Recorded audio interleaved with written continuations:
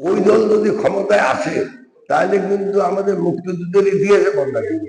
তরুণ সমাজের জন্য একটা ভবিষ্যৎ করতে চাই। এই মুহূর্তে বিএনপি ছাড়া অন্য কোনো উপায় নেই।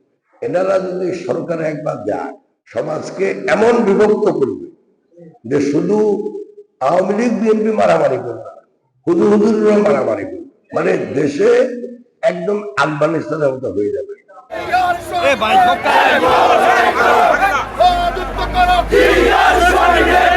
যত বেশি আমরা অতীত নিয়ে গাটাগাটি করবো, তত বেশি আমরা ভবিষ্যৎকে ভুলে যাব।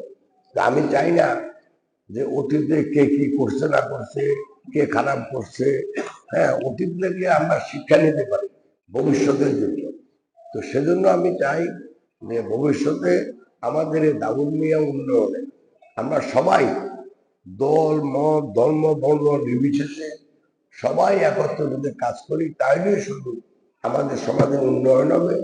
আর নইলে আমরা পুরা দিন বসে বসে একজনের বিরুদ্ধে মারামারি করবো, খোঁচাখুচি করবো, তাতে কোনো লাভ হবে না।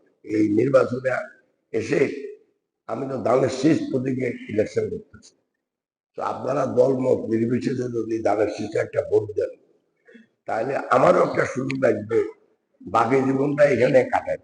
আমাদের এখন দেশের বর্তমানে যে অবস্থা, এই অবস্থা থেকে যদি আমরা উত্তরণ করতে চাই, করে যদি আমাদের তরুণ সমাজের জন্য একটা ভবিষ্যৎ করতে চাই, এই মুহূর্তে বিএনপি ছাড়া অন্য কোনো উপায় নেই। আমি আমাদের দলের চেয়ারম্যান তারেক রহমান সাহেবের কাছে কৃতজ্ঞতা জানাই যে উনি কিন্তু কোনো পার্টিকুলার দলকে কটাক্ষ করে এখন পর্যন্ত তেমন কথা বলে নাই। গত কয়েকদিনের ভিতরেই আমাদের একটা প্রতিদ্বন্দ্বী দল নিয়ে কিছু কথা বলছে, কিন্তু অন্য কোনো বড় দল নিয়ে উনি কিন্তু কোনো কথা এ পর্যন্ত বলা নাই। আমাদের দলের নেতা ওই লক্ষ্য অর্জনের লক্ষ্যেই এখন পর্যন্ত আওয়ামী লীগ নাম ধরে কোনো কিছু খারাপ বলতেন আমি শুনি নাই, আপনি শুনতে পারেন।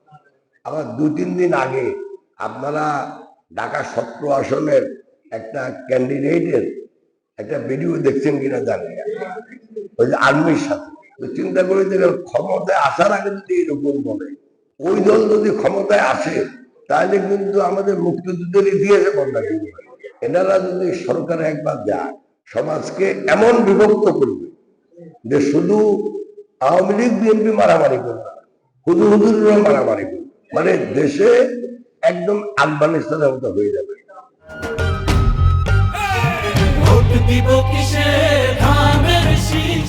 তো আপনারা যারা মুক্তিযুদ্ধ করছে বা আমরা যারা মুক্তিযুদ্ধের পক্ষে কাজ করছি, তাহলে আমাদের যে উদ্দেশ্য ছিল, আমাদের যে পরিকল্পনা ছিল বাংলাদেশ নিয়ে, সেটা কিন্তু অন্যদিকে চলে যাবে।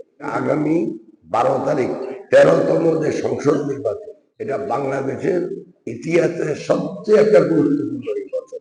এই নির্বাচন ঠিক করবে বাংলাদেশ কি মারামারি হানাহানির দিকে যাবে, নাকি বাংলাদেশ নিজেদের একতাবদ্ধ করে অর্থনৈতিক উন্নয়ন এবং সমৃদ্ধির দিকে এগিয়ে যাবে।